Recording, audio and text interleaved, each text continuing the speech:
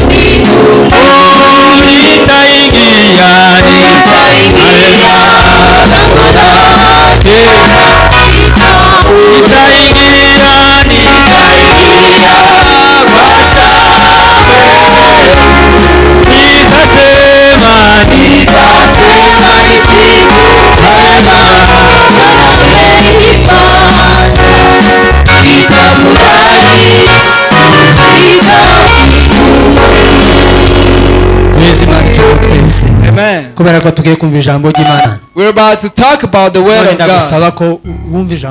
So I will ask you to listen to the word. That's why we are here. We came to sing for the Lord.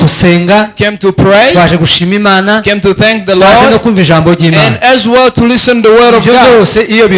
All of that together, we get edified and we are strengthened. Praise the Lord. That's what fellowship is all about. When you gather and you are not edified, then you are lost. Because we gather so that we get edified, so that the weak will be strong, the hopeless will be full of hope. That's the meaning of the service of fellowship. Praise God.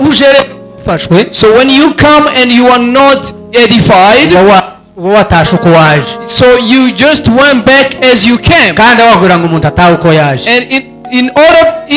instead of going back the way you came, it's better to stay home, because you are not benefited and you are not helped. Praise God.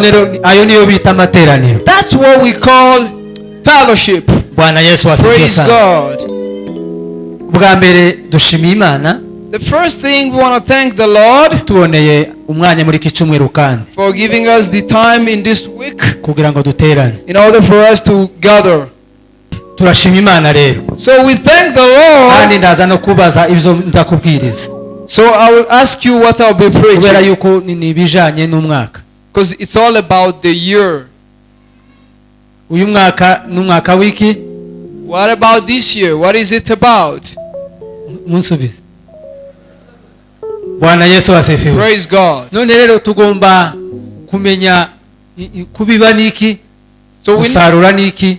So we need to, praise God. Sometimes we just understand it's like sowing and reaping.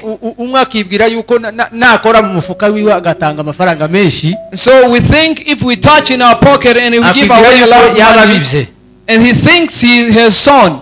That's one part of sowing. But sowing, it's in a lot of parts. Do you want to understand that? Clap for the Lord. Amen. Therefore we thank the Lord for giving us this ball. So we will read the book, the word of God, in Galatians 6:7.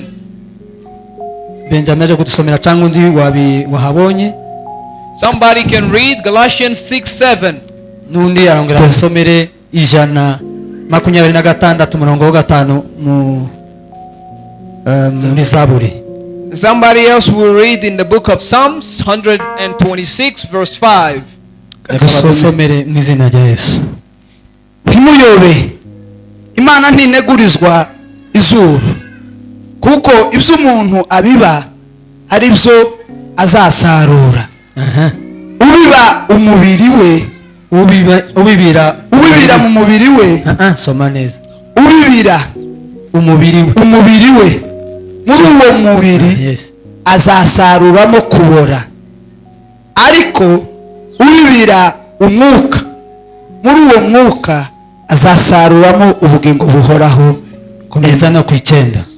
Twe gucogora gukora neza, kuko igihe nigisohora tuzasarura nitutagwa isari. Amen. Imana imugisha. Soma muri Zaburi 126 umurongo wa 5. Psalms 126 verse 5. 126 umurongo wa 5. Ababibabarira bazasarura bishima. Amen. Komeza. Nubwo umuntu agenda arira asohoye imbuto, azagaruka yishima azanye imiba. Amen. Azanye imiba ye. Amen. Amen. Soma kwa Kiswahili. Nasema wapandao kwa machozi watavuna kwa kelele za furaha. Ingawa mtu anakwenda zake akilia, azichukuapo mbegu za kupanda, hakika atarudi kwa kelele za furaha. Aichukuapo miganda yake. Amen. Achukuapo miganda yake. Abagalatia.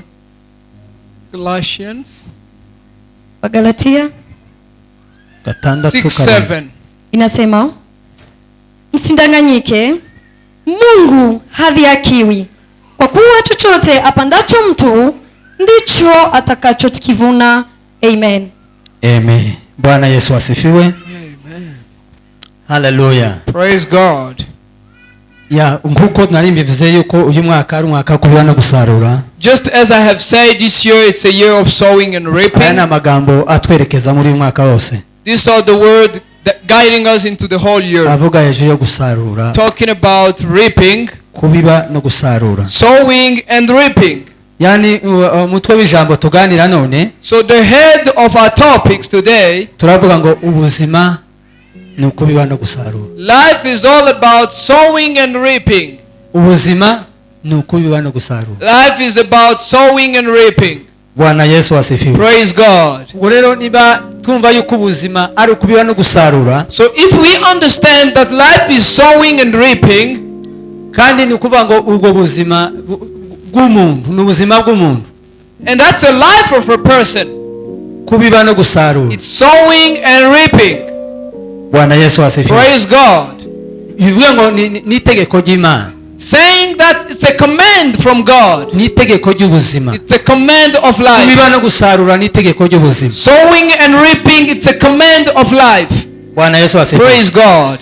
Niba ubuzima ari kubiba no gusarura. So if life is all about sowing and reaping, kubiba no gusarura ni itegeko ry'Imana. Therefore, sowing and reaping, it's a command of life. Ni itegeko ry'ubuzima. It's a law of life. Mbese niba kubiba no gusarura ari itegeko ry'ubuzima kandi ryashyizweho n'Imana. And if it's a law of life and it was ordained by God, umurima no, where is the field? Bwana Yesu asifiwe. Amen. Nuvuga ngo umurima ni ubuzima bw'umuntu. So the field is the life of a person.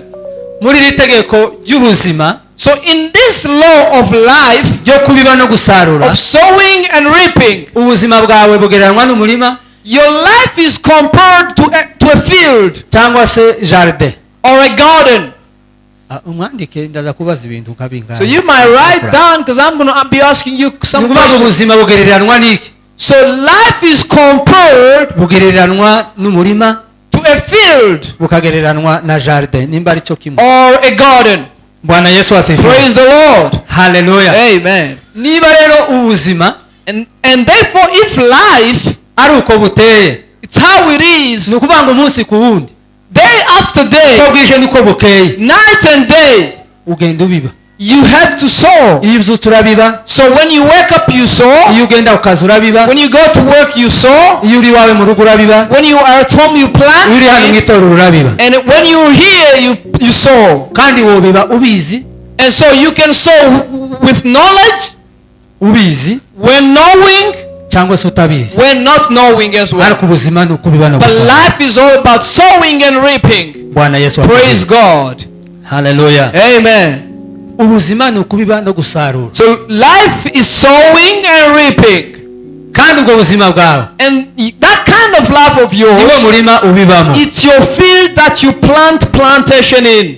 kandi Imana nabisomye aravuga ngo Imana yadushize imbere ibintu bibiri gusa, And I read that God placed before us two things, amahitamo abiri. two choices.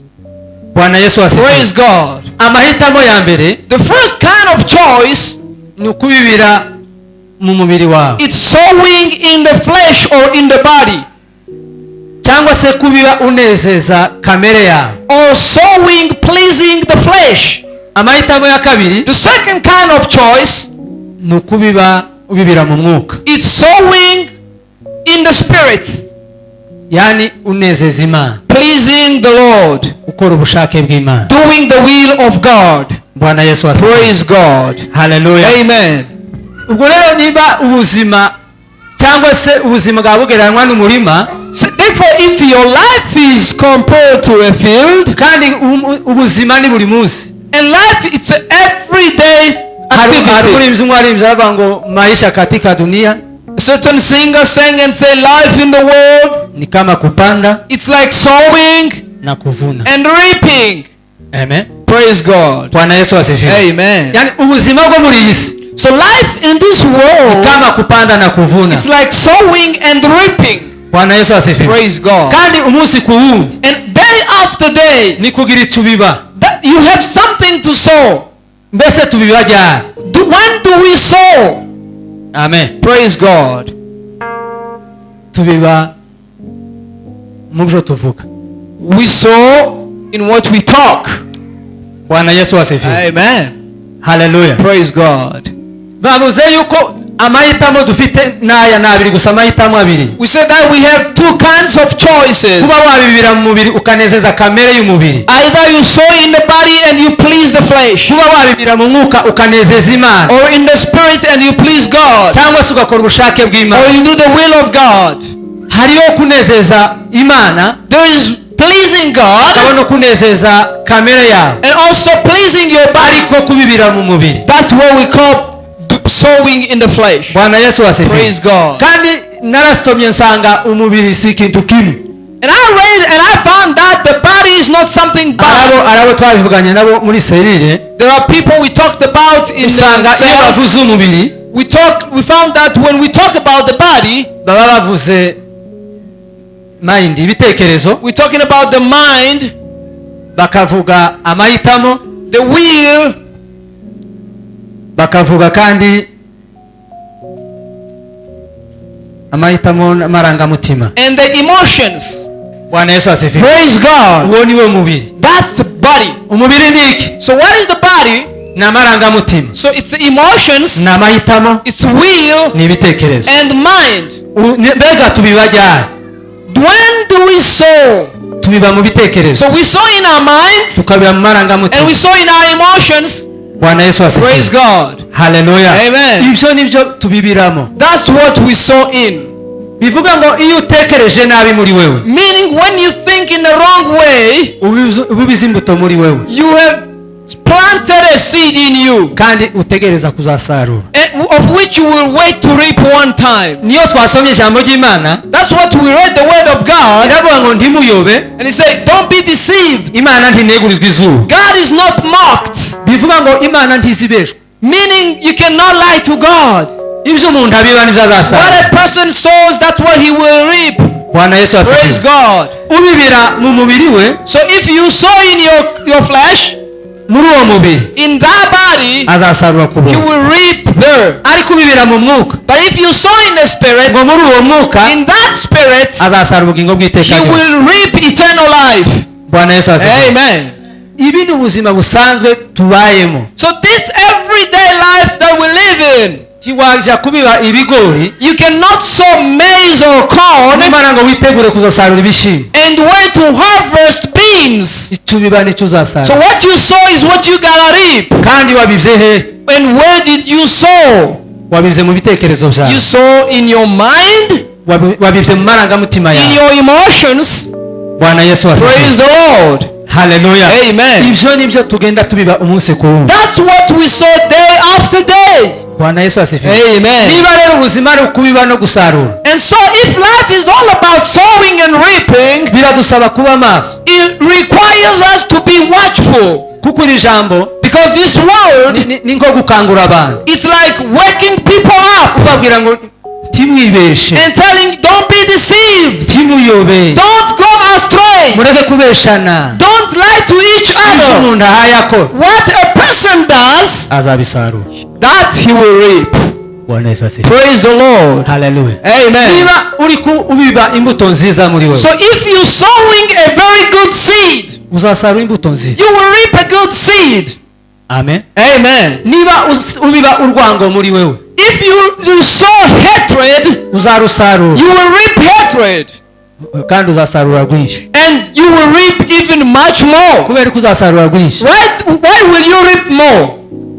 ubiza akabuto kamwe k'urwango, Because you just sow one seed of hatred, ariko nusarura uzasarura imifuka, but when you harvest, you will harvest bags of kubera ko hatred. n'imbuto wateye. Because it's a seed that you planted. Bwana Yesu Praise asifiwe. the Lord. biradusaba rero kuba maso, So it requires us to be watchful kugira ngo tumenye icyo tubiba, in order for us to know what to sow, kitari icyo kubibira kunezeza kamere. which is not of pleasing the flesh. Bwana Yesu asifiwe. Praise God. ese niki tubiba tukanezeza kamere yacu? What do we sow and we please the hari aho flesh? nasomye ijambo ry'Imana ravuga ngo dore imirimo ya kamere iragaragara, There's where I read and says these are the works of the yani flesh, imbuto za kamere ziragaragara. the seeds of the flesh, yavuze ngo gusambana, the fruits of the flesh. There's gukora ibiteye isoni, doing the wrong things, gusenga ibishushanyo, idols, kuroga, sorcery, kwangana, hatred, gutongana, anger or quarreling, ishyari, envy, umujinya, anger. amahane. iyo ni imbuto ya kamere. That's a fruit or a seed of the flesh. Bwana Yesu asifiwe. Amen. kwirema ibice, And divisions ibiganiro bibi. and bad talks. Bwana Yesu asifiwe. Amen. ibiganiro bibi Bad talks or hamwe no kwirema gossip, ibice. kwirema ibice, division and gossip. izo zose ni imbuto za kamere. All of those are the fruits of the flesh. kuko ntiwarema ibi bintu ngo bibibe, Because you can't sow these things nimara ngo witegure kuzasarura ibyo utabibye, and wait to reap what you haven't sown. nubiba ishari So if you sow envy or jealousy, nijyo uzasarura. that's what you will reap. Bwana Yesu asifiwe. Praise God. nubiba kwirema ibice, If you sow division ukazana ibice mu itorero, and you bring division in ukazana church, ibice mu muryango, and you bring division in the ukazana family, ibice mu bakorari, and you bring division in the choir, ukazana amahane, and you bring division or quarreling, ukabiba ibiganiro bibi, and you gossip one another, ibyo uzobisarura. that's what you will reap. kubera ko uzabisarura, Why will you reap nuko ijambo that? ry'Imana ryavuze ngo It's because the word of God says Imana si umuntu God is not a man ngo ifate imirimo y'umuntu iheza uwundi. and take one work of one person and give it to ya another. mbuto ya yindi wabibye The seed that you planted niyo uzosarura. is where you gotta reap. Bwana Yesu asifiwe. Praise the Lord. Bwana Yesu asifiwe. Praise God. niko ndashaka kubabwira yuko ubuzima ari ukubiba no gusarura, I'm trying to tell you that life is sowing and reaping. kandi ubuzima tuburimo And life we are in ni umunsi ku wundi, day after day. n'ibyo ukora, It's what you do, n'ibyo utekereza, what you think, n'ibyo ubwira bagenzi bawe, what you talk to your friends, n'ibyo ukorera bagenzi and bawe. it's what you do to them. icyo ukora cyose Whatever you do, uri kurabiba imbuto. you are sowing a seed. Bwana Yesu asifiwe. Praise God. iri jambo riteye ubwoba. This word it makes me scared. niba ubuzima ari ukubiba no If gusarura, life is sowing and reaping, iminsi ugize muri iyi si the days that you spent in this day, this world, uyigize uhaye ubiba imbuto, you spent it sowing seeds. kurabona ufite uwuhe musaruro. What kind kind of harvest are you expecting? kandi uko niko kubibira mu mubiri. And that's what we call sowing in the flesh. Umubiri ugizwe n'amarangamutima. So the body with the emotions. Bwana Yesu asifiwe. Praise the Lord. Umubiri ugizwe n'ibitekerezo. The body is made up with your mind. Amen. Amen. Ni ngombwa yuko uba maso mbere yuko ugira icyo uvuga, banza umenye yuko ugiye kukibiba. So you gotta be careful before you talk, knowing that you sowing a seed. Vuba cyangwa se kera. Now or later on, uzagisarura. You will reap it. Uri kubibira mu mubiri. Because you are sowing in the body. Kandi imbuto z'umubiri. And the fruit of the flesh. Zitanga umusaruro w'ibyaha. They give the harvest of what belongs to it. Imbuto z'umubiri zitanga umusaruro w'ibyaha. The fruit of the flesh, it gives harvest to what ijambo ry'Imana rivuga. Because the word of God says. Ryavuga ngo umuntu yoshwa n'ibyo ararikira. The person is deceived by his lust. Kandi ngo yararikiye ibyo umutima we wifuza. And when he lusts about his heart's desire, iryo rari riratwita. That lust conceives. Rikabyara ibyaha. And it gives birth to sin. Ibyaha nabyo bigatwita. And sin conceives. Bikabyara urupfu. And it gives birth to death. Bwana Yesu asifiwe. Praise God. Uwo ni umusaruro w'ibyaha. That is the harvest or the result of sin. Uwo ni umusaruro wo kwemera gukoreshwa na kamere. That's the result of allowing the flesh to use you. Bivuge ngo hari abakozi ba kamere babaye ba rwiyemezamirimo. Meaning there are workers of the flesh, they are standing on their own. Niba hari umuntu udatekereza kuba yabwira neza mugenzi we. If a person sits and he doesn't think about telling niba hari umuntu udashakisha gukiranuka kw'Imana. If there is a person who's not after the righteousness of God, uwo ni rwiyemezamirimo. That person stands on his own. Bose wiwe ninde? Who is his boss? Ni kamere. It's the flesh. Kandi umusaruro utegereje. And the result he's waiting for, uzasarura ibyaha. He will reap what belongs to him. Kandi bizakugeza mu rupfu. And which will lead or usher him into kandi death. urupfu rw'iteka ryose. And the death of eternity. Bwana Yesu asifiwe. Praise the Lord. Ni ngombwa kwirinda ibyo uvuga. So it's much better to be careful in Bwana what you Yesu asifiwe. Amen. Mbere yuko uja kugira icyo uvuga. So before you speak something out of your mouth, ugisuzume.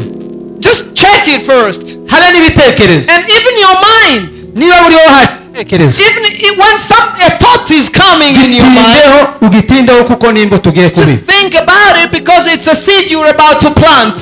Naho nutabijyanye. And if you are careless about it, nta gituma kidahinduka imbuto. It has to be a seed. Waba ubitinzeho. So whether you take long or whether you don't consider it, nikigwa hasi kiraba imbuto. When it gets down to the soil, become a seed. Kandi iyo mbuto uzosarura. And the seed you will reap. Bwana Yesu asifiwe. Praise God. Hallelujah. Amen. Tugomba kuba maso kubyo tuvuga. So we need to be much more careful in what we talk. Tukaba maso kubyo dukora. And in what we do. Yani ni kuba maso ku buzima bwose. And be careful in the entire life. Bwana Yesu. Praise the Lord. Niba ubuzima ari kuba no gusarura. So if life is about sowing and reaping, hari uwo uhayikorera kuri none. There is somebody you're serving right now. Kandi uhayikorera ashobora kuba ari kamere. And it's either the flesh cyangwa se ashobora kuba ari umwuka. Or the spirits. Ariko urebe uhayikorera. But you gotta be watchful of whom you serve. Urabimenyera kuki? How will you discover that? Urabimenyera kubyo uvuga. You will discover by what you talk. Urabimenyera ku mbuto utera. You will know it by what you sow. Nubiba urwango. And if you sow the hatred ukabiba amacakubiri and divisions ukabiba kuroga and witchcraft ukabiba ibiganiro bibi and gossip, uzasarura iki? What will you reap? Bwana Yesu asifiwe. Praise the Lord. Hallelujah. Amen. Mani mushimwe cyane. Praise God. Lift your hands. Bless the Lord. Reba ibyo ukora. Look in what you do. Reba ibyo utekereza. Observe what you think. Reba ibyo uvuga. Observe what you talk. Reba n'uko ubanye n'abandi. See how you live with others. Uko ubanye n'abandi. The way you live with others. Ni imbuto. It's a seed. Uko utura amaturo hano mu ikanisa. The way you offer your offerings. Uko ukora imirimo yose iteganyijwe mu itorero. The way you do the activities in the church. Ni imbuto. It's a seed. Yani ikintu cyose umuntu akoze. So every single thing you do, cyaba cyiza cyangwa kibi, whether good or bad, ni imbuto uteye. it's a seed.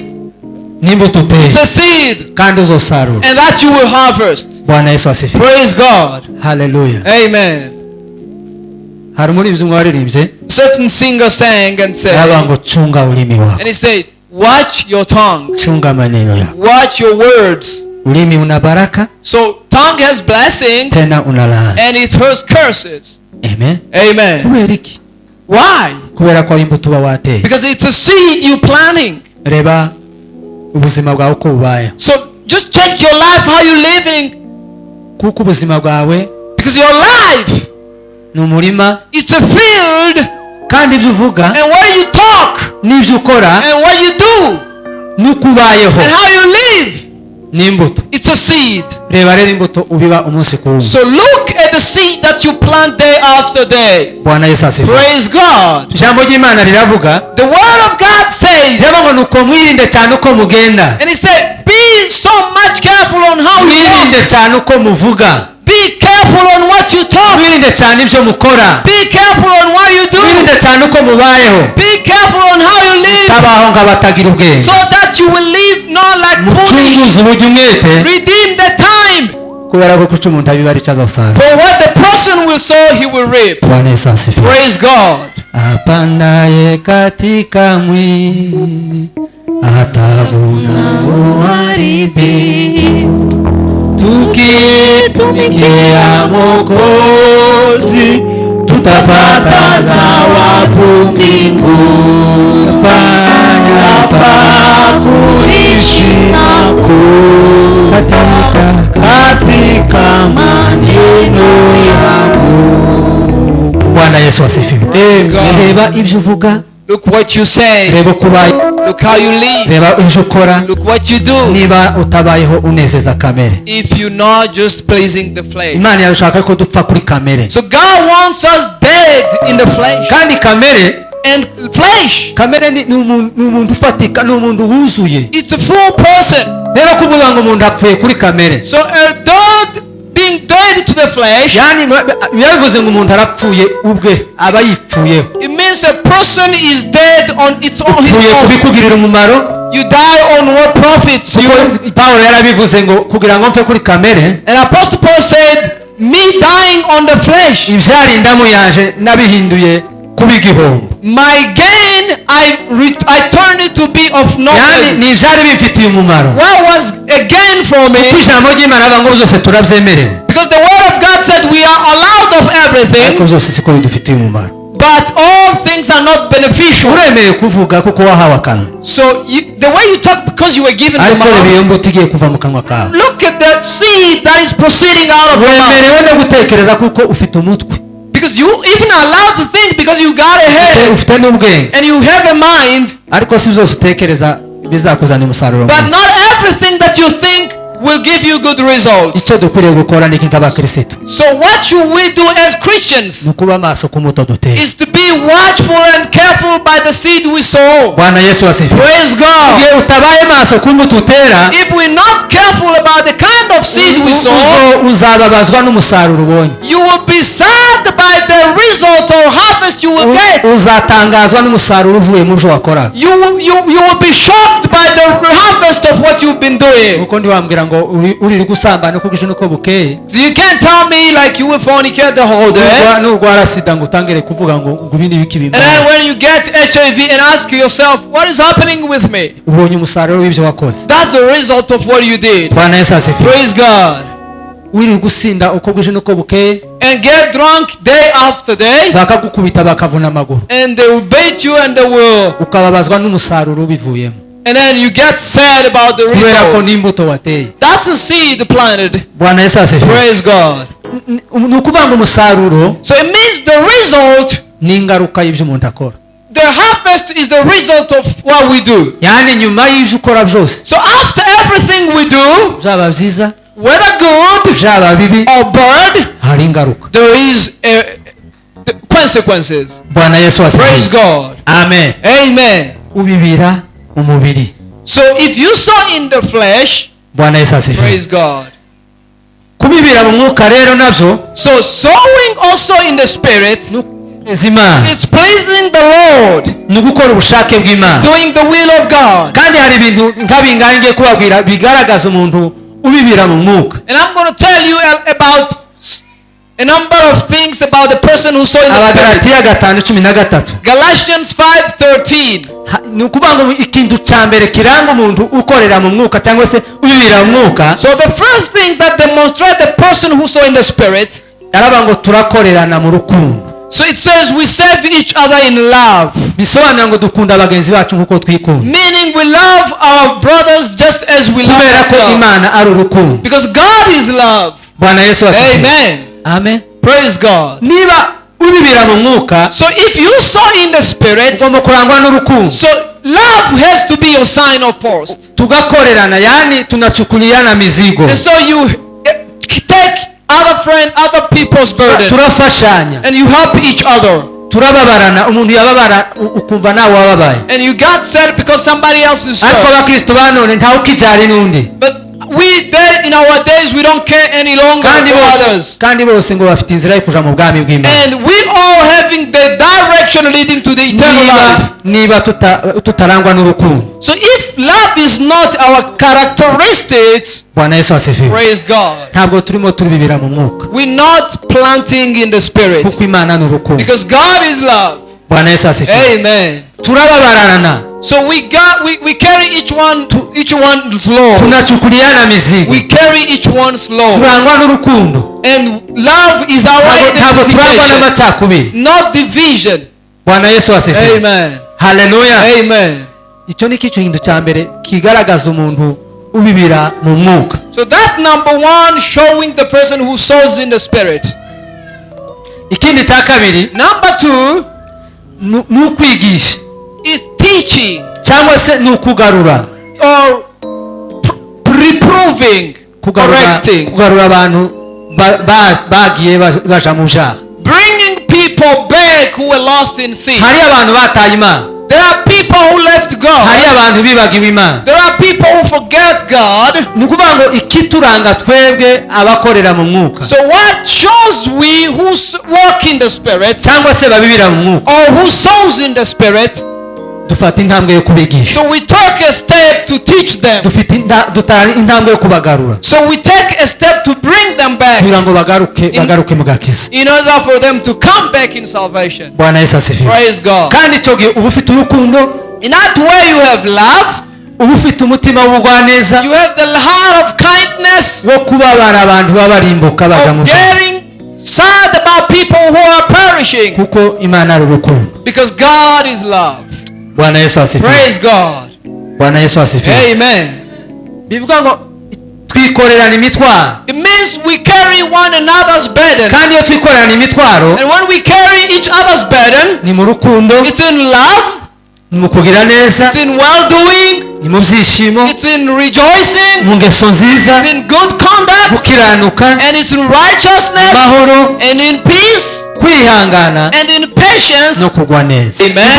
Iyo turi mu mwuka, meaning when we are in the spirit, tuhagaze mu mwuka, tubibira mu mwuka, standing in the spirit and sowing in the spirit, tubiba urukundo, we sow love, tubiba ibyishimo, we sow joy, tubiba kugira neza, we sow kindness, tubiba ingeso nziza, we sow good behavior, tubiba gukiranuka, we sow righteousness, tubiba amahoro, we sow peace, kwihangana, we sow patience, no kugwa neza, and kindness, izo nizo mbuto goodness. Imana ishaka iko tubiba. Those are the kind of fruit that God wants us to sow.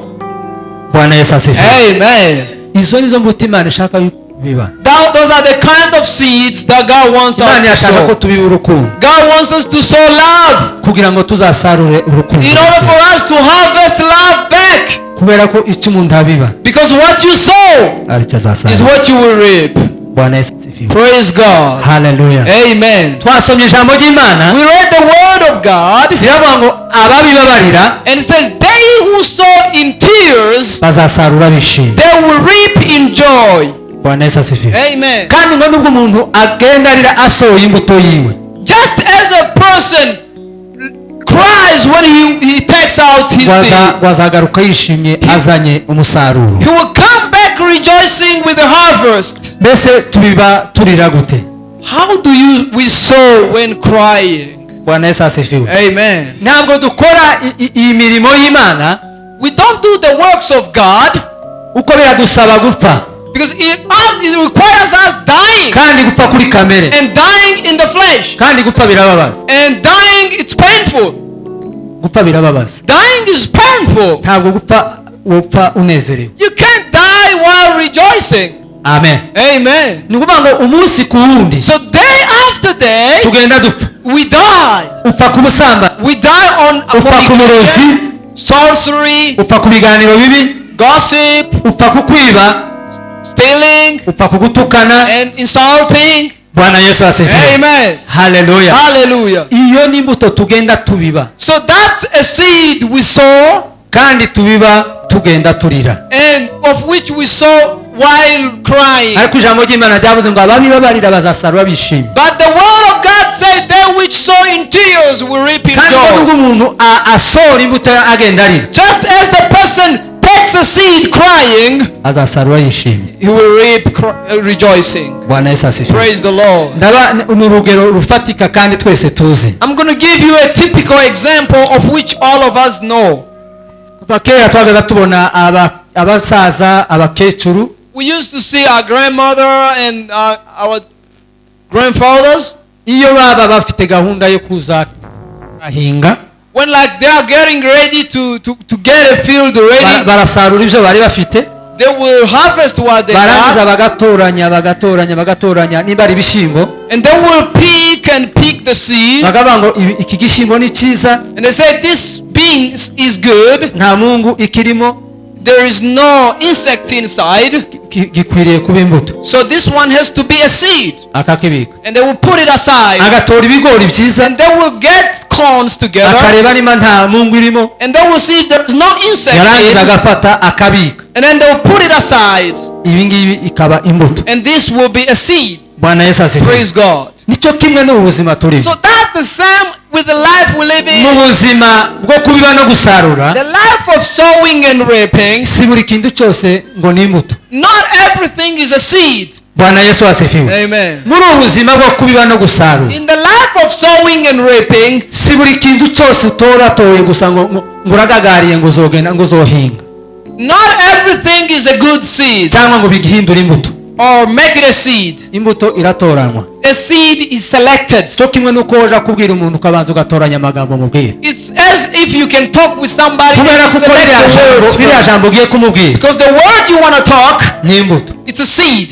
reba ibyo uvuga. So look what you talk. mu gihe ugize ku isi, So when you in this world ukigize mu murima uhaye ubiba, and you were in the field reba cultivating, nimba warabanje gutoranya imbuto, see first if you selected the seed. kuko niba utaratoranije If you didn't select, uzababazwa n'umusaruro you will be w'ivuye. sad about the results. Bwana Yesu asifiwe. Praise the Lord. Bwana Yesu asifiwe. Amen. imbuto iratoranywa. The seed is selected. nuzuka mu gitondo, So when you wake up in the morning, uzoza ubanza urebe imbuto ufite, select first the kind of seed you got urebe nimba ari nziza, and see if it's good. kuko ni urabyutse ugiye gutera, Because you woke up and you go to sow. muri wowe harimo imbuto, In you there is a seed. mu bitekerezo hawe harimo In imbuto, your mind there is a seed. mu marangamutima yawe harimo In imbuto. your emotions there is seed. Bwana Yesu asifiwe. Praise God. mu mahitamo yawe harimo And imbuto. also in your choices there is seed. rero reba niba mu mahitamo yawe udahitamo nabi, So look that in your choices you won't take bad choices, wrong suzuma choices. amahitamo yawe yose, Just observe your choices first, ubone guhitamo, and then you will choose. kuko dufite amahitamo aya abiri yose. Because we've got two kinds of choices. ushobora guhitamo gukorera kamere, You can choose to serve the flesh ugahitamo gukorera or umwuka. choose to serve the spirit. Bwana Yesu Praise the asifiwe. Lord. ariko ibyo zose But all of that, icyo umuntu abiba nicyo what azasarura. you sow is what you will reap. Bwana Yesu asifiwe. Praise God. duheze Imana icyubahiro. Praise the Lord. Bwana Yesu asifiwe. Hallelujah. imbuto iratoranywa. So a seed is selected. reba mu magambo ugiye kuvuga, So see in the words that you speak out, reba mu biganiro ukorana n'abandi, in the conversation that you have with others, reba mu bikorwa byawe ugiye gukora, in your works and activities. kuko ibyo bikorwa byose Because all of them, ni imbuto. it's a seed. niba utabanje ngo uyitoranye, So if you don't select it first, urabiba imbuto mbi, you will sow a bad seed. kandi niba imbuto mbi, And when you sow a bad seed, iyo niyo uzosarura. that's what you will reap. Bwana Yesu asifiwe. Praise God. Bwana Yesu asifiwe. Hallelujah. biradusaba iki? So what it requires of us? biradusaba kuba maso. It requires to be watchful. Kuko duhetse imbuto. Because we're carrying a seed. Bwira mugenzi wawe ngo ahetse imbuto. Tell your friend that you are carrying a seed. Ariko umuntu wese areba imbuto atera. And everybody should see the kind of seed he's going to Niba ari plant. imbuto nziza Whether it's a good seed cyangwa niba ari or a imbuto. bad seed. Igiti cyera imbuto zacu. So if tree gets its own kind of fruits, Tiwasarura avoka you can't harvest the avocado ngo uyisarure ku gitoki. and harvest it from a Bivuga banana ngo tree. avoka irera avoka, The avocado tree gives igitoki avocados. nacyo kirera igitoki. The banana tree gives bananas. Amen. Praise God. Imana ntinegurizwa izuba. So God is not mocked. Yani Imana ntizayibesha. God is not deceived. Ngo ube warakoze nabi When you did wrong numara ngo uhembwe umusaruro w'ibyiza. and be rewarded a good kind of So harvest. kimwe n'uyu munsi wa none Because what you want, hari abantu batumvira Imana, there are people who don't obey God. hari abantu bataye Imana, There are people who left God. hari abantu bahindutse abanzi There b'Imana, are people who became hari alienated from abantu God. batajari There n'iby'Imana. are people who do not care about God. Ariko ubuzima turimo But the life in which we live in, ni kupanda it's sowing na kuvuna, and reaping. kandi ibyo ubiba And what you sow nibyo is uzasarura. what you will reap. Bwana Yesu asifiwe. Praise God. Haleluya. Amen. Hamwe no kuba abantu batumvira Imana, With the disobedience, ntushobora kutumvira Imana ngo numara utegereze ngo nzabona umugisha w'Imana uzawukura. you can't disobey God and expect the blessings of God. Ariko niba Imana But when you obey God, uyu mugisha wose uzakura. all the blessings will come to you. Kandi nutubaha Imana And if you disobey Him, uyu musaruro mubi wose all these bad rewards and harvest ni uwawe. belongs to you. Bwana Yesu asifiwe. Praise God. Haleluya. Amen. Ubuzima buteye ubwoba. So the life in which we are living is scary. Nje maze kurisoma I have read it. nasanze bikomeye. I found it to be Ni hard. ukuvuga ngo ubuzima ni iki? So what is life? Ubuzima ni ukubiba no gusarura. Life is sowing and Umunsi uko bwije niko bukeye day after day. urabiba You sow kandi uzasarura. and you will reap. Bwana Yesu asifiwe. Praise God. Ubuzima rero burakomeye. So life is hard. Ubuzima si ikintu cyo gukinisha. Life is not something to Kubera play ijambo with. ry'Imana ryavuze Because the word says ubuzima Imana ibugereranya n'umurima God takes life as a field kandi ikabugereranya cyangwa se na jardin. or a garden. Amen. Ni Amen. wewe ufite amahitamo yo kureba icyo wobiba. So you are the master of your choices of where you gotta sow. Amahitamo ari imbere So yawe the choices is in front of you kureba icyo ubibamo to see what you will sow cyangwa se kureba icyo wayo ubibamo. or where are you sowing. Bwana Yesu asifiwe. Praise God. Hari ijambo ry'Imana nasomye There's a word of God I read. riravuga ngo kuko twese dukwiriye kuzagaragarizwa imbere y'intebe y'imanza ya Kristo. Just as all will be manifested before the judgment seat of Umuntu Christ, wese agahabwa ibyo yakoze, and everybody will be rewarded according to what they did. yani umuntu wese agasarura ibyo yakoze. Meaning everybody will harvest what they did. Bwana Yesu asifiwe. Praise God. Amen. Amen. Kubiba no gusarura Sowing and reaping, ntabwo bireba abakirisitu gusa, it's not only for the Christian. birareba n'abapagani, It also belongs to the kubera ko ari pagan. itegeko ry'ubuzima Because Imana it's the yashyizeho. law of life. Ni itegeko ry'ubuzima Imana yashyizeho. It's a law of life. Birareba abakirisitu, It's for Christians. birareba abapagani. It's also for Kuko pagans. umupagani yagize ibyo abiba If a pagan sows, azabisarura. will reap.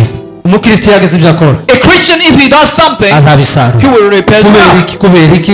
Why? Kubera ko ari itegeko ry'ubuzima Imana Because yashyizeho. it's an unchanging law of life that God put. Bwana Yesu asifiwe. Praise God. Bivuga ngo ibyaremwe byose Because everything that was created, biravuga ngo abo mu ndimi n'imiryango yose the people of all nations and tongues, ni mu byahishuwe bivuga bityo.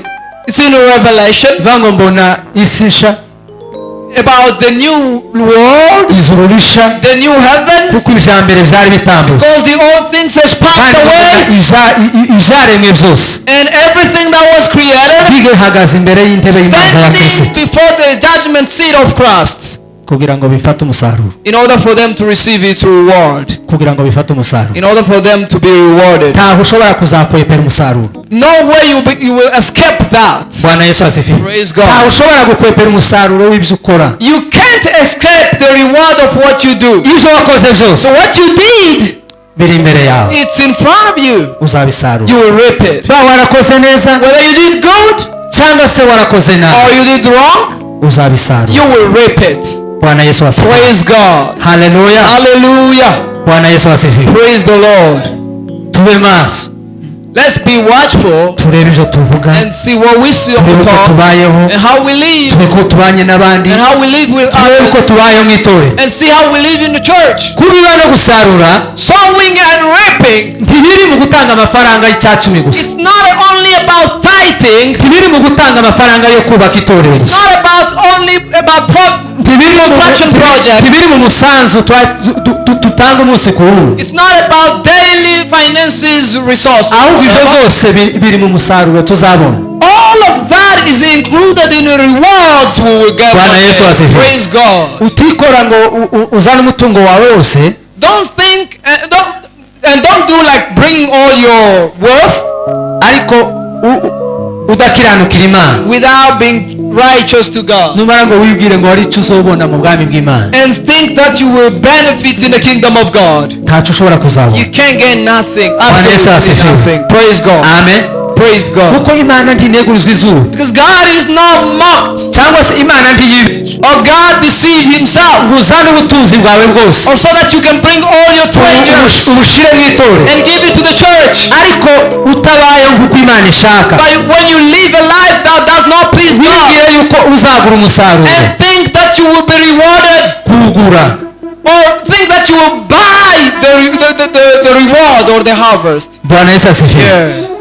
Amen. Amen. uyu musaruro ntabwo tuwugura, We don't buy the uyu rewards. musaruro turawukorera. We work for it. Bwana Yesu asifiwe. Praise God. uyu musaruro So turawukorera. the rewards, we don't buy it.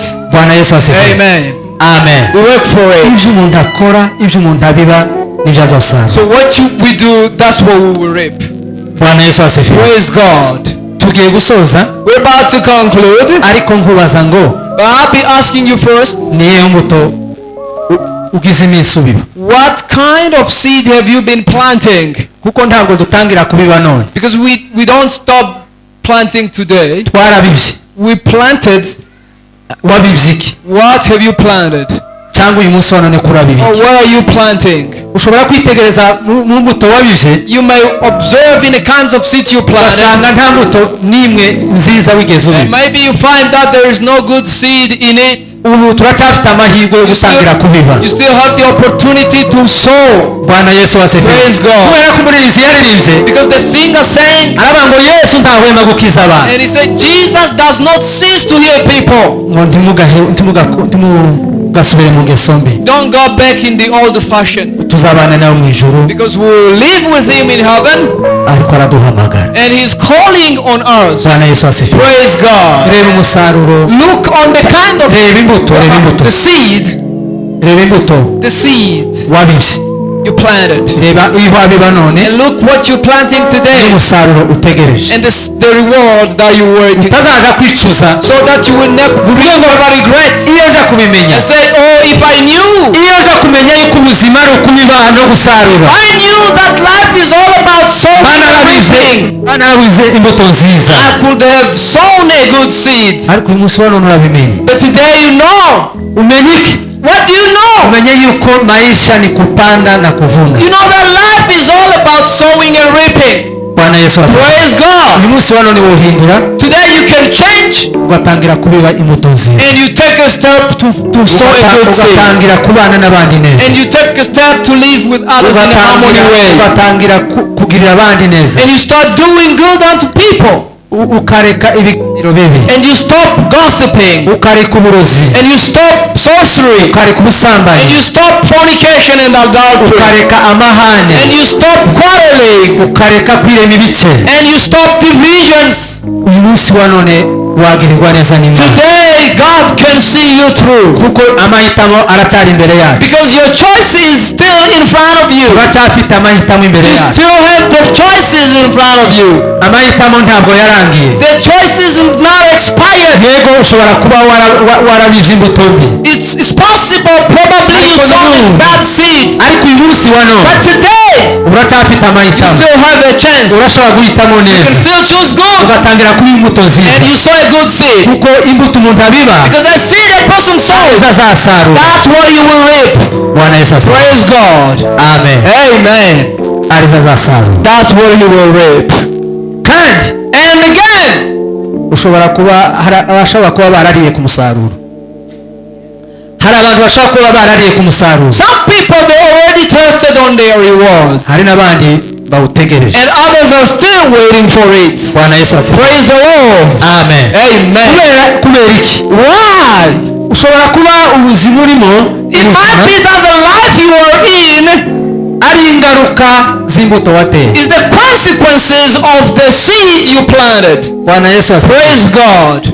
ushobora kuba utishimiye ubuzima urimo You might not be happy about the life you're living in. kuko umusaruro woza vuba cyangwa se woza utinze. Because the result can come now or later on. bwana yesu asifiwe. Praise God. ariko ni ngombwa yuko umuntu abasha kumenya icyo ahaye abiwe. But it's a must to know what we are sowing. bwana yesu asifiwe. Praise the Lord. kuko umusaruro ni iki? What is harvest? ni ingaruka. It's a result or consequences. ingaruka nziza cyangwa se ingaruka Good mbi. consequences or bad consequences. bwana yesu asifiwe. Praise God. haleluya. Hallelujah. yesu ndawema gukiza abantu ntimugasubire mu ngeso mbi ngo tuzabane nawe mu ijuru araduhamagara. yesu ndawema yesu ndawema gukiza abantu ntimugasubire mu ngeso mbi ngo tuzabane nawe mu ijuru araduhamagara.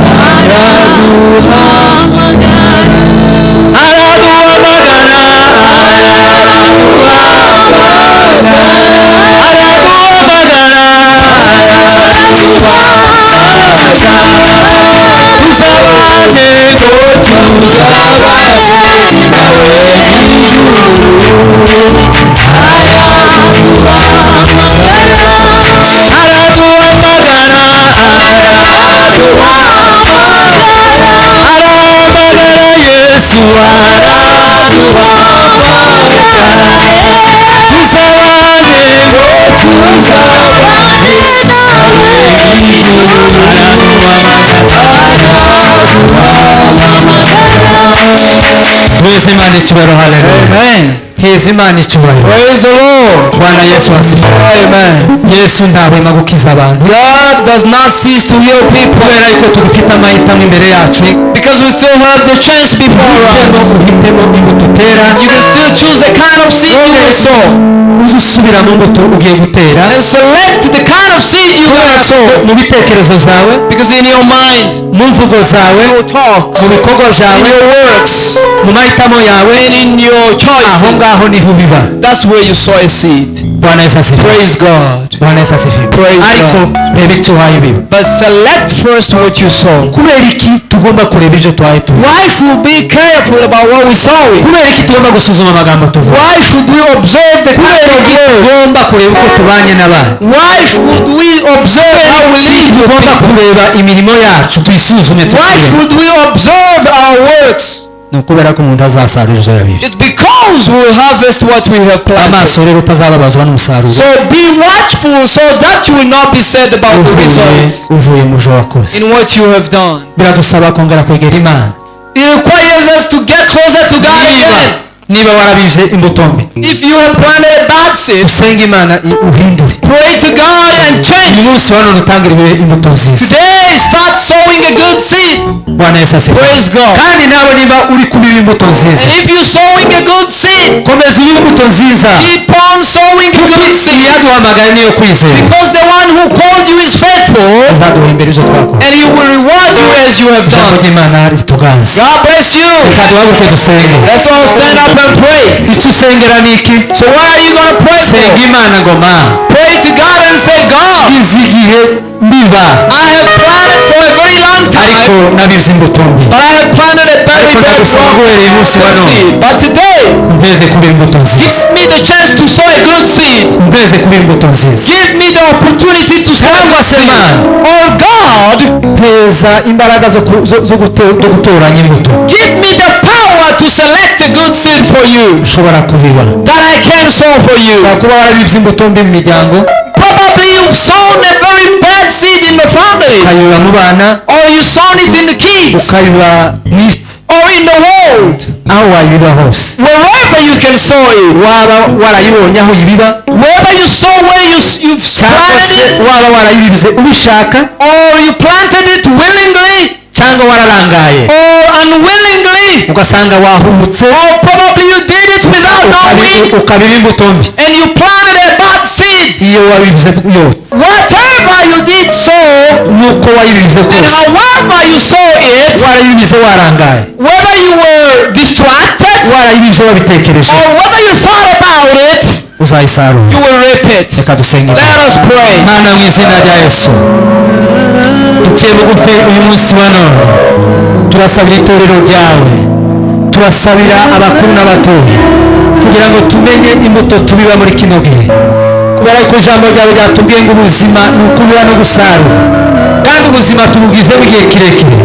Tugize iminsi mu itorero tubiba, tugize iminsi mu miryango tubiba, tugize iminsi tubiba, tuhazo medaliya, tugize iminsi mu ikorari tubiba, tugize iminsi mu bana tubiba, tugize iminsi mu banyamasengesho tubiba. Ariko turasaba kongera kugira ngo tubibe imbuto nziza, tube maso ku byo tuvuga, tube maso ku mbuto tubiba, kuko ijambo ryawe ryatubwiye ngo ibyo tubiba tuzabisarura. Oh, haleluya Yesu. Mana niweze kubiba imbuto nziza. Muri ivyo bivuga ngo none imbuto nziza mu mitima y'abantu, hanagura n'amarira y'abanyamibabaro.